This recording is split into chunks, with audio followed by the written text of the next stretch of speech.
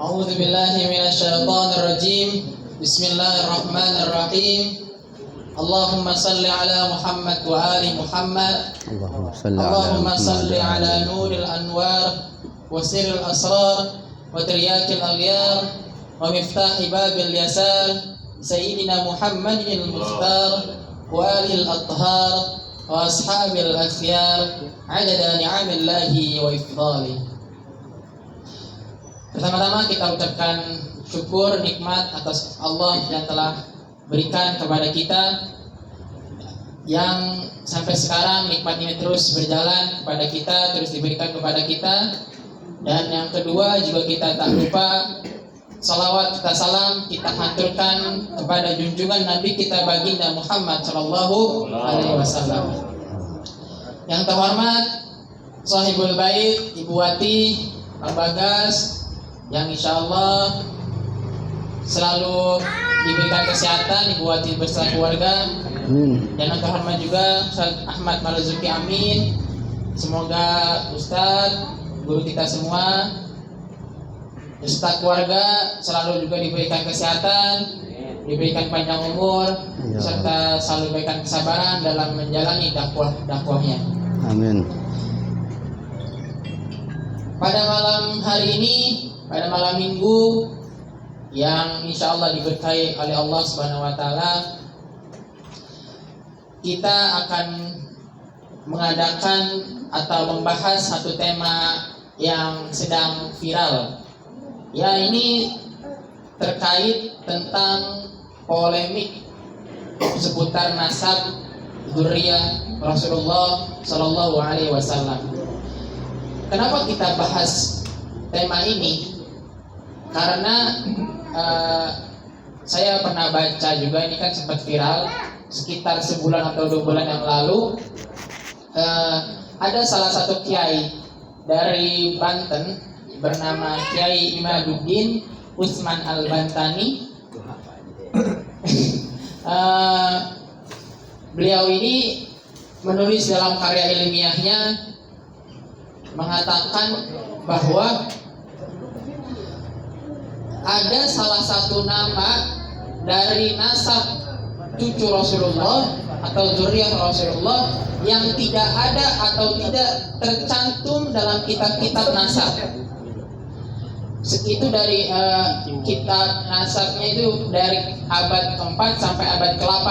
Itu ada satu nama yang nggak ada, yaitu nama yang saya baca nama Abdullah atau nama Ubaidillah, antara 2 nama itu saya lupa ingat.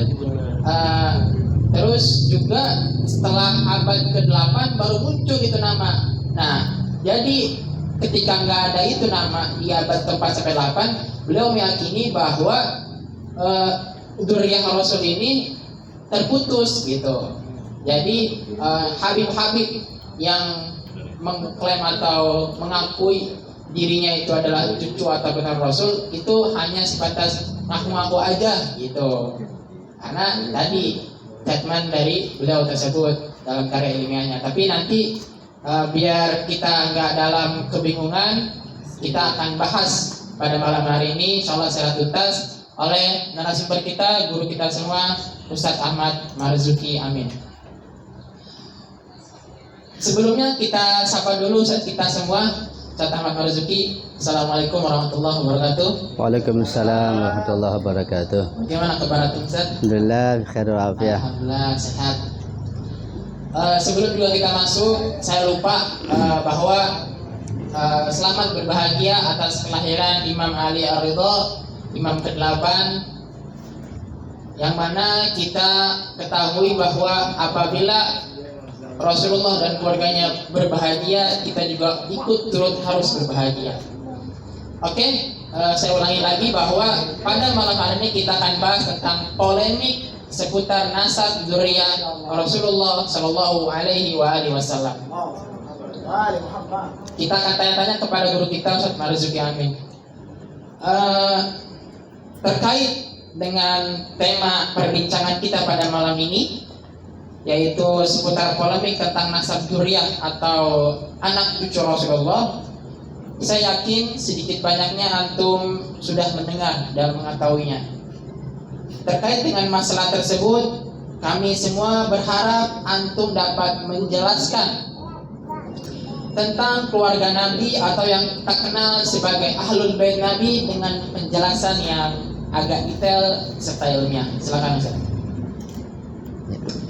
Bismillahirrahmanirrahim. Assalamualaikum warahmatullahi wabarakatuh. Alhamdulillahirabbil alamin. Allahumma salli ala Fatimah wa abiha wa ba'aliha wa baniha wa sirril mustawda'i fiha bi'adadi ma ahata bihi ilmuk. Ya sahibaz zaman adrikna wa 'allimna wa akhbirna. Berbicara mengenai keluarga Rasulullah sallallahu alaihi wa alihi wasallam tidak terlepas dari pembicaraan tentang masalah syariat yang dibawa oleh Rasulullah sallallahu alaihi wa alihi wasallam. Dan terkait masalah keluarga Rasulullah, ada keluarga yang istimewa dan bahkan sangat istimewa. Karena setiap orang semakin tinggi derajat dan kedudukannya dan dia memiliki keluarga, otomatis orang itu dan keluarganya semakin terpandang. Ini sudah hukum sosial, pasti. Kalau kita melihat di kota kita misalnya, ada seseorang yang sangat tinggi derajatnya, katakanlah gubernur atau bupati atau lurah, sangat mulia, maka otomatis dia pun dan keluarganya akan dipandang oleh masyarakat. Ini sudah hukum sosial. Begitulah seterusnya hukum sosial, atau mungkin termasuk sunnatullah. Nah, karena Rasulullah memiliki derajat yang paling tinggi, bahkan afdalul makhluqat, sayyidul anbiya wal mursalin, maka otomatis keluarga beliau juga disorot, diperhatikan, dan memiliki nilai yang sangat tinggi di sisi masyarakat, mengikuti kedudukan Rasulullah Sallallahu Alaihi Wasallam. Karena itu, berbicara mengenai keluarga Rasulullah beda dengan keluarga selain Rasulullah. Kalau keluarga selain Rasulullah, siapapun orangnya, termasuk para sahabat Nabi, tabi'in, tabi'-tabi'in, kita semuanya, ketika bicara masalah keluarga, masalah family, maka tergambar di benak kita namanya keluarga. Ya, ada suami, ada istri, ada ayah, ada ibu, ada kakek, ada nenek, ada anak-anak, ada saudara, paman, ya. Ini semua keluarga namanya family. Itu mana keluarga kalau untuk selain Rasulullah. Tetapi untuk Rasulullah, keluarga Rasulullah atau ahlul bait Rasulullah tidak seperti itu. Bahkan istrinya pun bisa ahlul bait, bisa alul bait, bisa itrah, bisa dzurriyyah, bisa yang lainnya. Banyak istilah. Dan itu pada tempatnya masing-masing bisa berbeda-beda makna dan maksudnya. Karena luasnya makna keluarga Rasulullah. Beliau orang istimewa.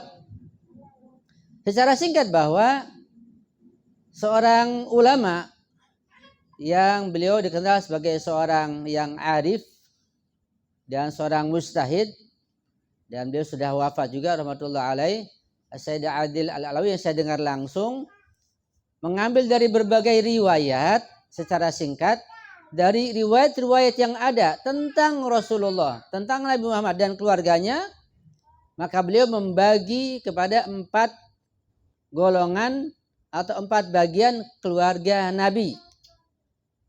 Kalau keluarga kita enggak terbagi 4, 1, ya termasuk paman, ayah, ibu dan seterusnya. Untuk Nabi, untuk keluarga Nabi, ahlul bait Nabi ada 4 kelompok, 4 bagian.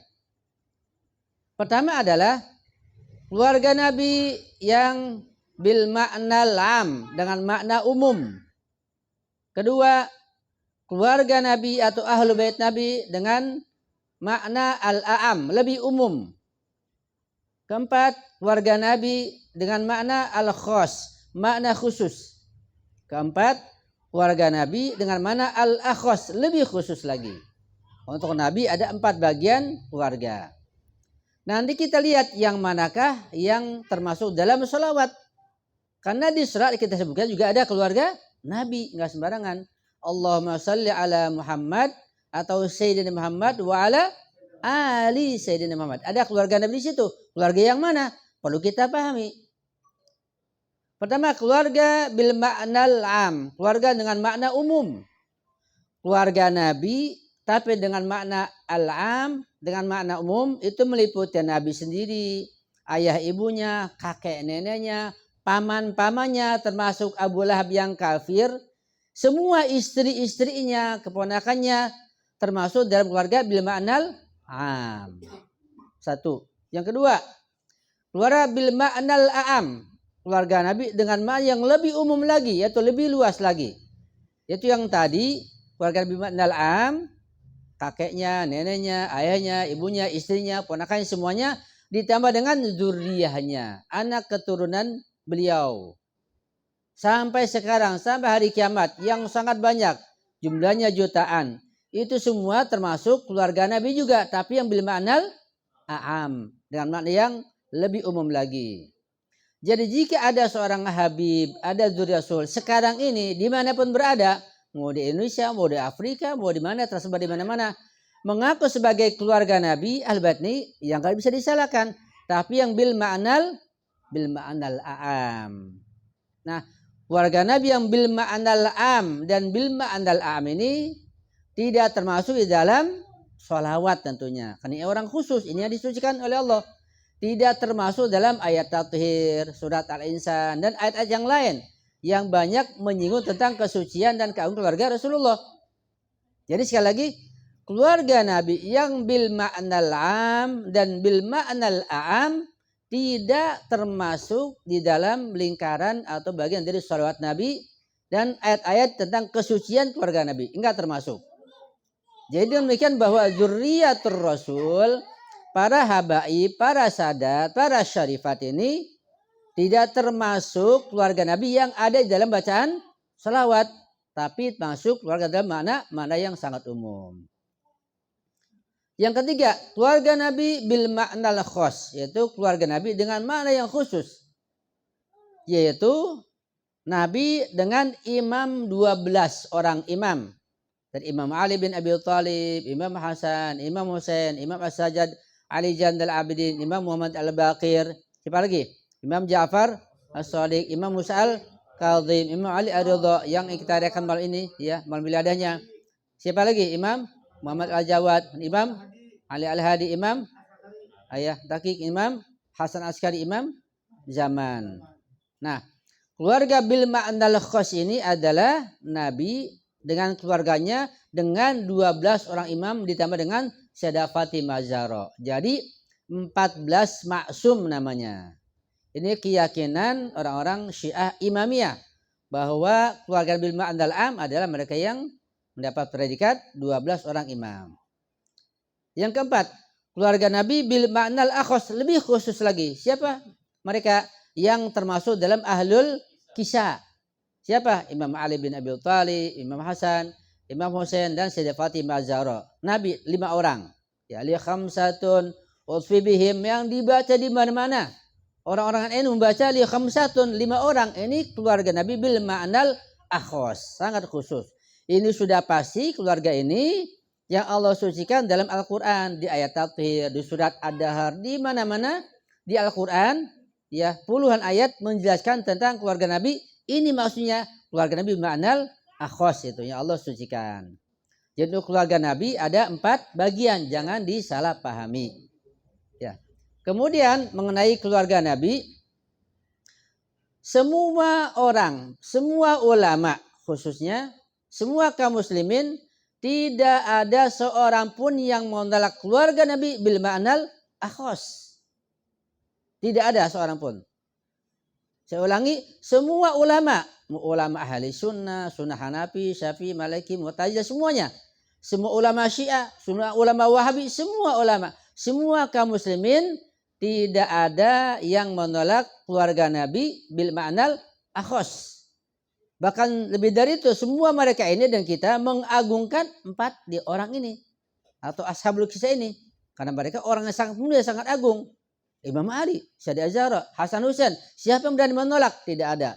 Semua mengagungkan. semua silau kepadanya, semua hormat dan tunduk kepada 4 orang ini setelah Rasulullah Shallallahu Alaihi Wasallam. Karena mereka sebagai orang yang suci dan maksum. Sekiranya saja semua ulama dan kaum muslimin menerima dengan sejujurnya terhadap keluarga Nabi yang akhos ini, yang 4 ini dengan Rasulullah, pasti nanti mereka akan menerima merembet kepada Imam 12. Karena kalau Nabi sebagai orang yang jujur, sebagai orang yang mendapat risalah dari Rasulullah, sebagai seorang Nabi yang menyampaikan hadis-hadis tentang kesucian 4 orang ini, ya, Imam Ali, Az-Zahra, Hasan Hussein, otomatis yang dibawa oleh 4 orang ini benar, suci, dan wajib diterima. Kalau kita menerima 4 orang ini, atau siapapun menerima 4 orang ini, konsekuensinya menerima apa yang disampaikan oleh 4 orang ini. Dan 4 orang ini Rasulullah menyampaikan tentang wajibnya mengikuti imam di setiap zaman sampai pada imam zaman. Tapi sayang sebagian kaum muslimin terputus mencintai Rasulullah setelah Allah menerima, mengagungkan, mengikuti, menghormati 4 orang ini, kemudian terputus baru menerima imam yang ke-12 yang akan muncul nanti bersama-sama, putus. Jadi sekiranya semua kaum muslimin secara jujur menerima 4 orang ini, pasti sudah bersatu kaum muslimin. Tidak ada yang namanya madhab apapun. Itu konsekuensi menerima 4 orang ini. Kalau dengan sejujurnya. Itu sekilas mengenai keluarga Nabi yang ada 4 bagian. Ya, secara global saja.